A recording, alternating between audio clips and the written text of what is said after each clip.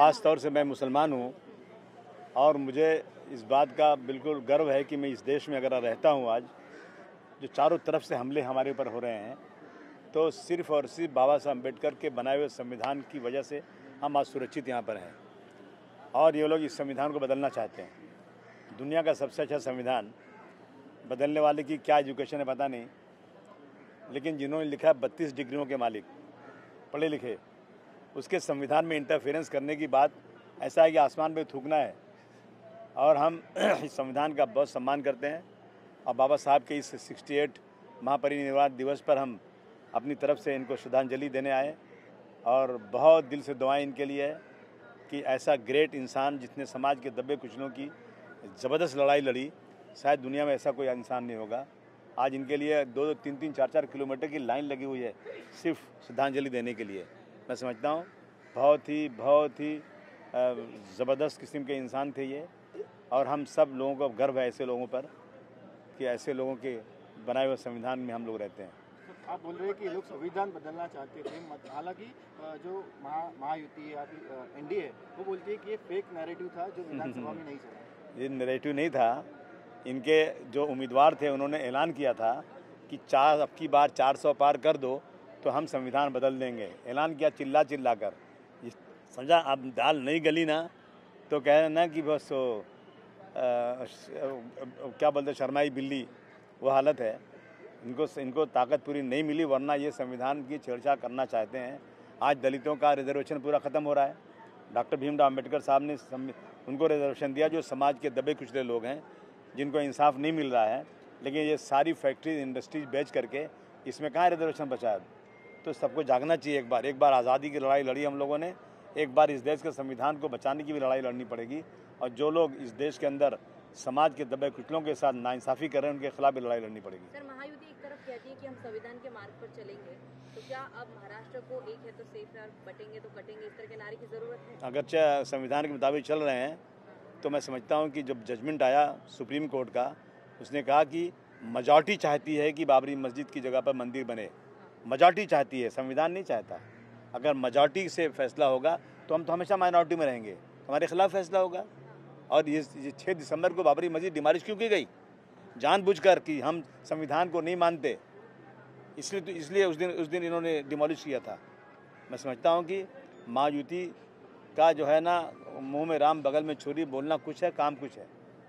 तो सर, महायुति का कल जो सरकार स्थापित हुई, शपथ विधि हुआ, उसमें एक भी विपक्ष का नेता नजर नहीं आया। क्या आपको निमंत्रण दिया गया था और विपक्ष का एक भी नेता नजर नहीं आना, किस तरह से देखते हैं इसको? नहीं, ऐसा है कि विपक्ष ही कहाँ है, बहुत कम विपक्ष है। अब नहीं कोई क्यों नहीं गया, मैं तो था नहीं यहाँ पे, बाहर था मैं, इसलिए नहीं गया मैं। लेकिन अब वो चुन कर आए, उनको बधाई, मुबारकबाद उनको। लेकिन मैं यही कहूँगा कि अगर आप ये कहते हैं कि हम छत्रपति शिवाजी महाराज के महाराष्ट्र में हैं, हम उन्हीं के आइडियोलॉजी पर सरकार चलाएंगे, तो कम से कम कुछ लज्जा कीजिए और छत्रपति शिवाजी महाराज के नाम को इस्तेमाल करते हैं तो उनके रास्ते पर चल के दिखाइए, तो मैं समझूँ कि हाँ। सर, मरकड़वाड़ी जहाँ पर बैलेट पेपर पर चुनाव लेने की कोशिश की गई थी, वहाँ पर अब ऐलान किया गया है कि राहुल गांधी वहीं से जो है ईवीएम के खिलाफ लड़ाई शुरू करने वाले। क्या इसमें समाजवादी पार्टी या फिर अबू आजमी आपको देख रहे हैं? देखिए, ऐसा है ना, ऐसा है कि अब मैंने एक पाकिस्तान का वीडियो देखा अभी, एक कोई जिसने इलेक्शन का इंचार्ज था ऑफिसर, उसने कहा कि मुझे फांसी हो जाना चाहिए। मैंने ऐसे लोगों को हरा दिया जो 70,000 से चुन के आने वाले थे, उनको मैंने 70,000 से हरा दिया। हम लोगों ने बहुत गलत किया, हमको फांसी होना चाहिए। हम सुसाइड करना चाहते हैं, परंतु सुसाइड करना गुनाह है, पाप है, इसलिए हमें सज़ा दी जाए, चौराहे पे हमको फांसी दे दी जाए, हमने गलत काम किया है। तो मैं कहता हूँ राहुल गांधी जी से की तरह उस आदमी को पकड़ो जो कह रहा है कैसे उसने हराया, कहीं वही टेक्निक यहाँ भी तो नहीं चल रही है। और मैं कहूँगा महायुति से कि अगर आप लोग सचमुच चुन कर आए हैं, इसमें कहीं भी ईवीएम का कुछ लेना देना नहीं है, तो एक बार आप कह दीजिए ज़ोर से कि हाँ ईवीएम खतरा हटा दो, हम फिर उतने वोट से चुन कर आएंगे, तब मैं समझूँ कि हाँ आप सच्चे इंसान हैं।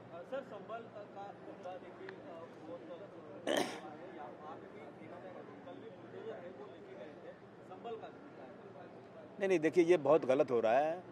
अभी समझिए, जब एक बार 91 में एक लॉ बन गया तो फिर उसमें जो भी ये पूजा स्थल है जिसका है 1947 में जैसा था वैसा ही रहना चाहिए। मैं इस देश की 140 करोड़ जनता से मांग करना चाहता हूं कि 91 का जो कानून है वो लागू होना चाहिए।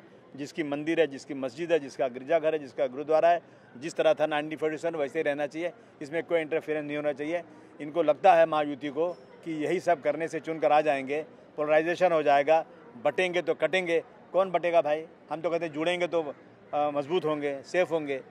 तो इस तरह की बातें करके जनता में एक भ्रम पैदा करना, मैं समझता हूँ कि जो लोग भी धर्म को लाते हैं राजनीति में वो अच्छे आदमी नहीं होते।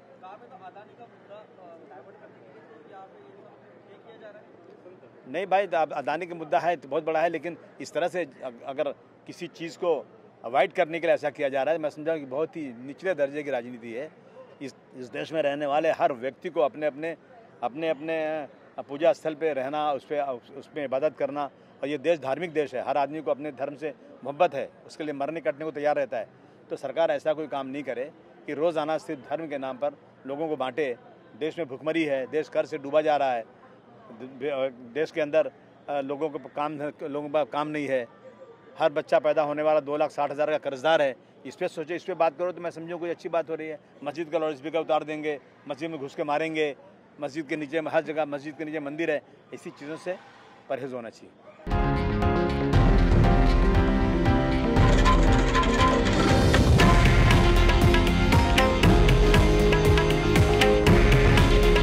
हे आहे देशातील नंबर 1 न्यूज नेटवर्क आणि आपण पाहत आहात TV9 मराठी। काळजी तुमची, हित महाराष्ट्राचं।